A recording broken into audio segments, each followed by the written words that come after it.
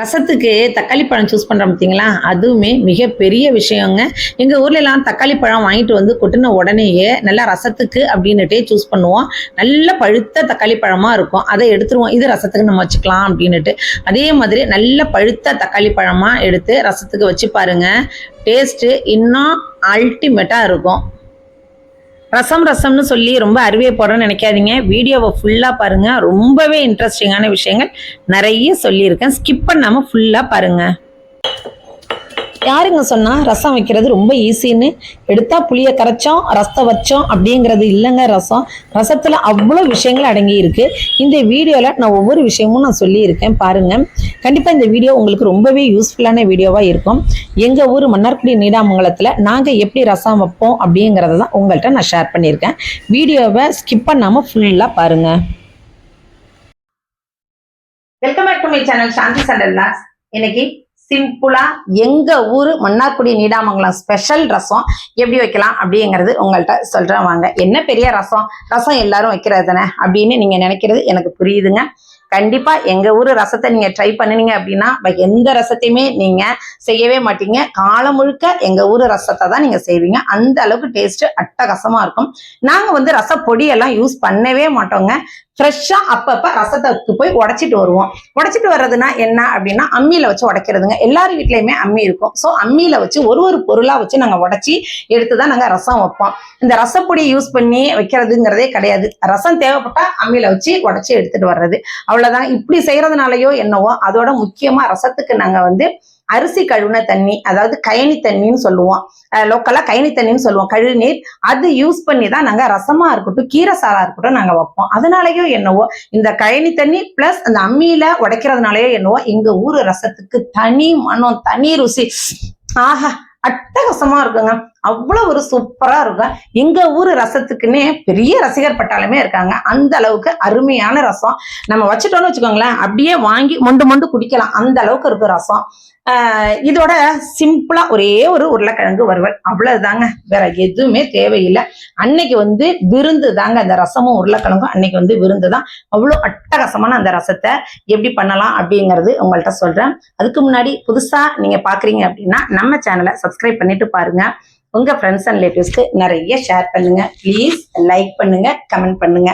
ஓகேவா, வாங்க வீடியோக்குள்ள போலாம். ரசத்துக்கு பொதுவாக நாங்கள் கயனி தண்ணி தான் யூஸ் பண்ணுவாங்க. அரிசி கழுவுன தண்ணி, அரிசியை 2 தடவை நல்லா வாஷ் பண்ணி எடுத்துட்டு அதுக்கப்புறமா 3வது தண்ணியாக எடுத்து வச்சுக்கணும்.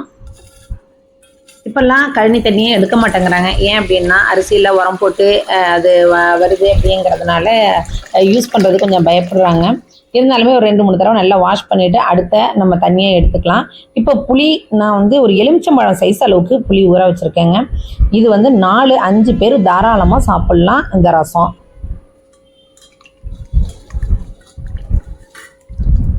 இப்போ ரசத்துக்கு புளி கரைச்சி புளி ஊற வச்சுட்டோம். இதுக்கு தக்காளி பழம் சூஸ் பண்ணுற பாருங்க, அங்கே இருக்குதுங்க.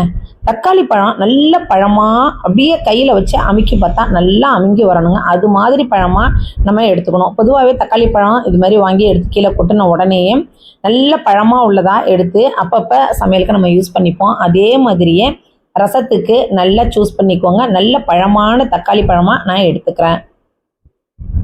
நல்ல தக்காளி பழத்தில் ரசம் வைக்கிறதும் நல்ல சுவையை கொடுக்குங்க. இப்போ ரசத்துக்கு நம்ம உடைக்கணும். என்ன உடைக்கணும்? மிளகு நான் ஒரு கை, அதாவது ஒரு 2 ஸ்பூன் அளவுக்கு நான் எடுத்திருக்கேன். எங்கள் சைடில் அந்த ஸ்பூன் கணக்கெலாம் கிடையாதுங்க. கையால் கொட்டி கையால் அளந்து வைக்கிறது தான், ஒரு அளவுப்படி அப்ராக்சிமேட்டாக வைக்கிறது தான். 2 ஸ்பூன் மிளகு, 1 ஸ்பூன் சீரகம் எடுத்திருக்கேன். நல்ல முழு பூண்டு, நல்ல ஒரு பூண்டு அப்படியே தோலோட வச்சுருக்கேன். கட்டி பெருங்காயம் 1 துண்டு வச்சுருக்கேன். நல்ல 2 பழுத்த தக்காளி பழம், கொத்தமல்லி, அதாவது மல்லி காம்பு தண்டை வச்சுக்கோங்க. ஃப்ரெஷ்ஷான கருவேப்பிலை. இப்போ பெருங்காயம், கட்டி பெருங்காயத்தை புளியோடய சேர்த்து நம்ம ஊற வச்சுக்கலாம். இப்போ இது எல்லாத்தையுமே நம்ம என்ன பண்ண போகிறோம்னா அம்மியில் போய் உடைக்க போகிறோம். அது என்ன உடைக்கிறது அப்படின்னு சொல்லி கேட்குறீங்களா? எப்படி தாங்க, அம்மியில் உடைச்சாதான் ரசத்துக்கு சூப்பராக இருக்கும். ரசத்துக்கு எதுக்கு அம்மியில் வச்சு உடைக்கிறோம் அப்படின்னா ஒன்றும் செப்பரேட்டாக நாங்கள் உடைப்போங்க. இப்போ மிக்சி ஜார் இருந்துச்சுன்னு வச்சுங்களேன், எல்லாத்தையும் ஒன்றா போட்டு ஒரு சுத்து அவ்வளோதான். ஆனால் அம்மியில் நம்ம வந்து உடைக்கும் போது ஒரு பொருளாக தனித்தனியாக வச்சு தான் நம்ம வந்து அம்மியில் வந்து துவையல் அரைக்கிறதா இருக்கட்டும், தேங்காய் அரைக்கிறதா இருக்கட்டும், எல்லாத்தையும் ஒன்றா வச்சு செய்ய மாட்டோம். ஒன்றா வச்சு தான் நம்ம செய்வோம். அதனால தான் அம்மியில் வச்சு உடைக்கிறதுங்கிறது, அம்மியில் வச்சு அரைக்கிறதுங்கிறது அதுக்கு தாங்க ஒரு தனி டேஸ்ட்டு. உங்கள் வீட்டில் எல்லாம் அம்மி இருந்துச்சுன்னா இது மாதிரி சாப்பாட்டுக்கு அம்மியை நீங்கள் யூஸ் பண்ணிக்கோங்க. சும்மா ஒரு ஷோக்காண்டி வச்சுருக்கோம் அப்படின்னு இல்லாமல் அப்பப்போ யூஸ் பண்ணி நீங்கள் செஞ்சுட்டாங்க.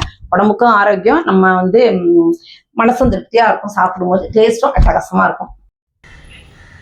அம்மியில் ஃபஸ்ட்டு மிளகை வச்சு நல்லா அதாவது தட்டணும், அரைக்கக்கூடாது. மிளகை அப்படியே நான் எப்படி தட்டுறோம் பாருங்களேன், அது மாதிரி தட்டணும். அப்படி தட்டணுங்க, இது மாதிரி தட்டணும்.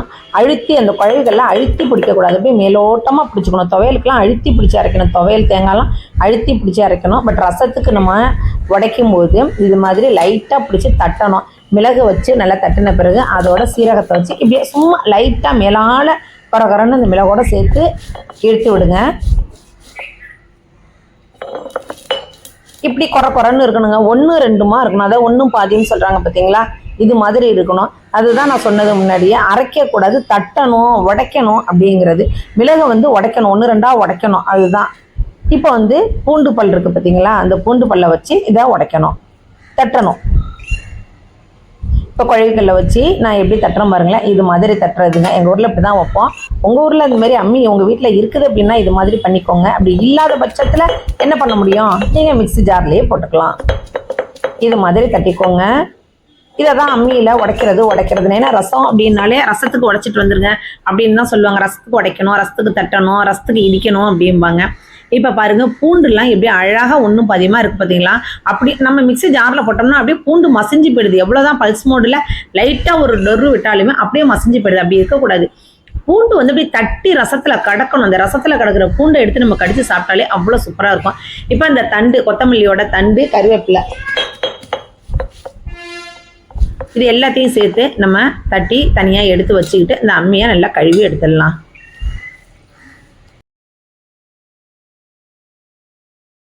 அம்மியில் அரைச்சி செய்கிறது அப்படிங்கிறது அது ஒரு தனி டேஸ்ட்டு தாங்க. அவ்வளோ ஒரு சூப்பராக இருக்கும். இன்றைக்கி ரசமே அப்படி தான் ஒரு அருமையான டேஸ்ட்டை கொடுத்துச்சு. இந்த ரசம்லாம் எடுத்துகிட்டு தான் நான் சாப்பிட்டுக்கிட்டு முடிச்சுட்டு தான் நான் வீடியோ எடிட் பண்ணுறேன்.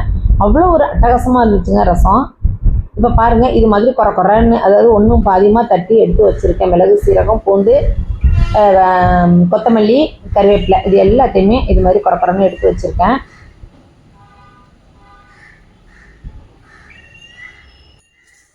இப்போ புளியை கரைச்சி எடுத்துடலாமா.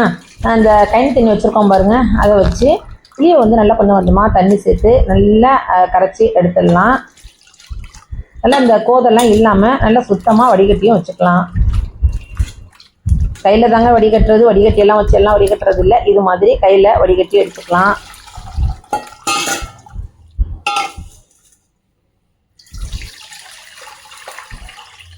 எப்பொழுதுமே ரசத்துக்கு வந்து நம்ம இடித்து முன்னாடியே வச்சுட்டோம், ரசப்பொடி இடித்து வச்சுட்டோம்னா இந்த வாசனை போயிடும். ஃப்ரெஷ்ஷாக அப்பப்போ நம்ம இது மாதிரி ரசத்துக்கு உடச்சி நம்ம ரசம் வைக்கும்போது டேஸ்ட்டு அலாதியாக இருக்குங்க, நல்ல டேஸ்டியாக இருக்கும். இப்போ புளியை கரைச்சாச்சு. அடுத்து இதில் என்ன பண்ணலாம் அப்படிங்கிறது பாருங்கள். இப்போ நம்ம 2 தக்காளி பழம் இருக்குது பார்த்தீங்களா, அந்த 2 தக்காளி பழத்தை இதில் சேர்த்துக்கலாம். தக்காளி பழம் கண்டிப்பாக பூச்சி புழு எதுவும் இல்லாமல் பார்த்துக்கோங்க. அதோட இடித்து வச்ச மிளகு, சீரகம், பூண்டு இருக்குது பார்த்தீங்களா, அதையும் சேர்த்துக்கலாம் அந்த புளி தண்ணியில். அதோட அந்த அம்மி கழுவின தண்ணி,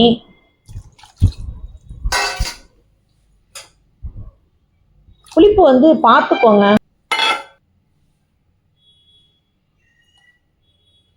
ஒரு ஸ்பூன் மஞ்சள் தூள், கல் உப்பு சேர்த்து நல்லா கையால் நல்லா கரைச்சி விடுங்க. ரசத்தில் ஒன்று கவனிச்சிங்களா நீங்கள், எவ்வளோ பெரிய விருந்து வச்சாலுமே, வெஜிடேரியனாக இருக்கட்டும் நான்வெஜ்ஜாக இருக்கட்டும், விருந்து வச்சாலுமே கடைசியில் நமக்கு ரசம் சாப்பிட்டாதாங்க சாப்பிட்ட திருப்தியே கிடைக்கிது. விருந்து அப்படிங்கிறதே நமக்கு அந்த விருந்து சாப்பிட்ட திருப்தியே முழுசாக நிறைவடையுது. விருந்தே இல்லைனாலும் வெறும் ரசமும் உருளைக்கிழங்கு வச்சு சாப்பிட்டாலுமே அன்னைக்கு இன்னும் அதுவுமே நமக்கு பெரிய விருந்தாவே அமையுது பார்த்தீங்களா. அதாங்க ரசத்தோட மகிமைங்கிறது. ரசத்தால் ஈஸியாக ரசத்தை எல்லாராலையும் வச்சிட முடியாதுங்க. ரசத்தில் அவ்வளோ நுணுக்கமான விஷயங்கள் இருக்குது. இப்போ வந்து நம்ம தக்காளி பழத்தை நல்லா கையால் தக்காளி பழம் எல்லாத்தையுமே நம்ம அதில் போட்டிருக்கோம் பார்த்தீங்களா, அனைத்தையுமே நல்லா கையால் இது மாதிரி கரைச்சி விடுங்க. கையில் அப்படி கரைச்சி விடும்போது அதற்கு வந்து சுவை வந்து தனி சுவையை எடுத்து நமக்கு கொடுக்குது.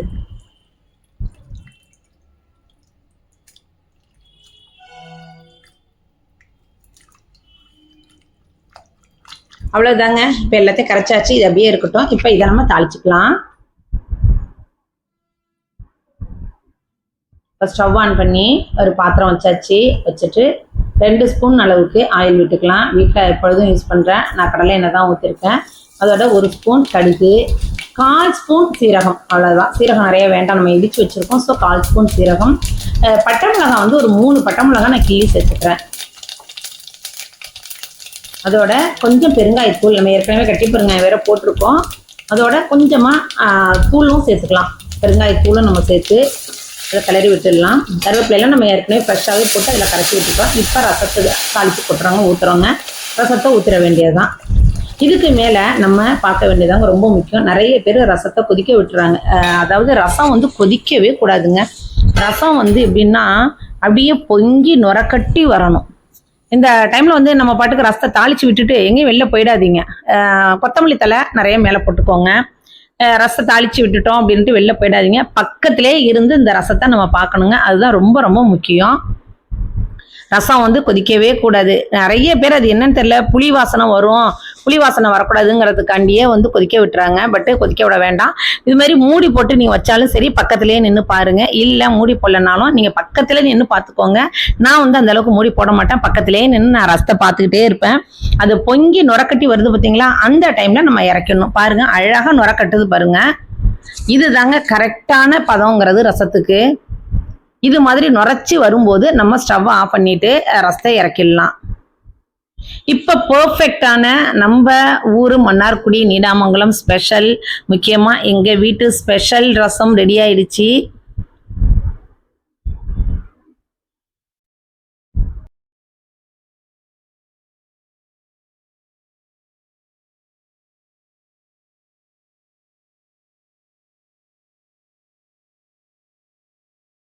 ஸ்டவ்வை ஆஃப் பண்ணிடலாம். ஆஃப் பண்ணிவிட்டு நம்ம இறக்கி வச்சிட வேண்டியது தான்.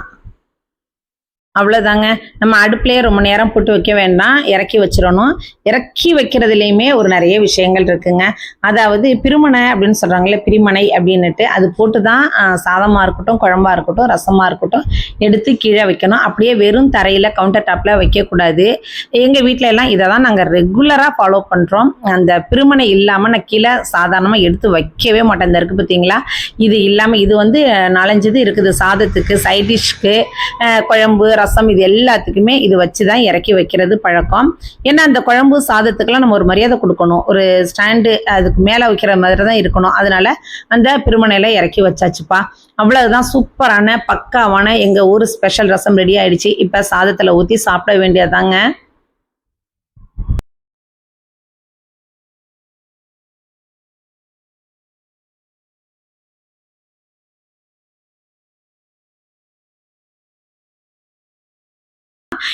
சர்வ் பண்ணியாச்சு. ஆனால் இது நான் வீடியோவுக்கு தான் நான் இப்படி சர்வ் பண்ணியிருக்கேன். பட்டு நம்ம ரியலாக சாப்பிடும் போது இது மாதிரியெல்லாம் சாப்பிடக்கூடாதுங்க. அதுக்கு ரசம் சாப்பிட்றதுக்காண்டியே ஒரு தனி முறை இருக்குது. நீங்கள் பாருங்கள் நான் எப்படி சாப்பிட்றேன் அப்படிங்கிறது உங்களுக்கே தெரியும்.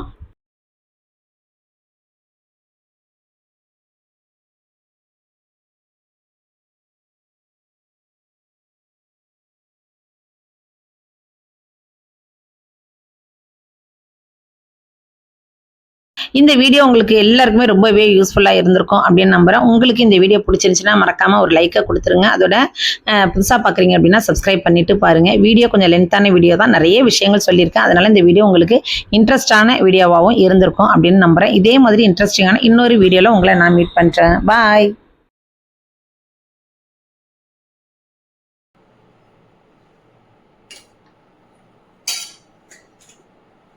அந்த ரசத்தை அப்படி சாப்பிடக்கூடாது, இப்படி சாப்பிடணும்.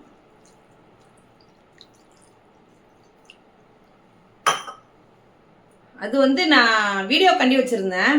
பட் சாப்பிடும்போது நல்லா குழி தட்டு, இது மாதிரியான குழி தட்டுல நல்லா இப்படி பிசைஞ்சு பாருங்க, இப்படி பிசைஞ்சு இந்த உருளைக்கிழங்கை எடுத்து எப்படியே இந்த ரசத்துல வச்சு இது பாருங்க.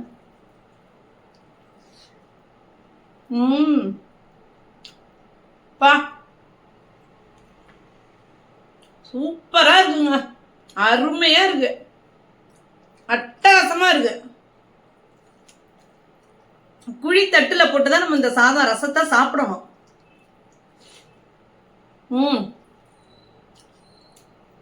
உருளைக்கிழங்கு கூட தேவையே இல்லை.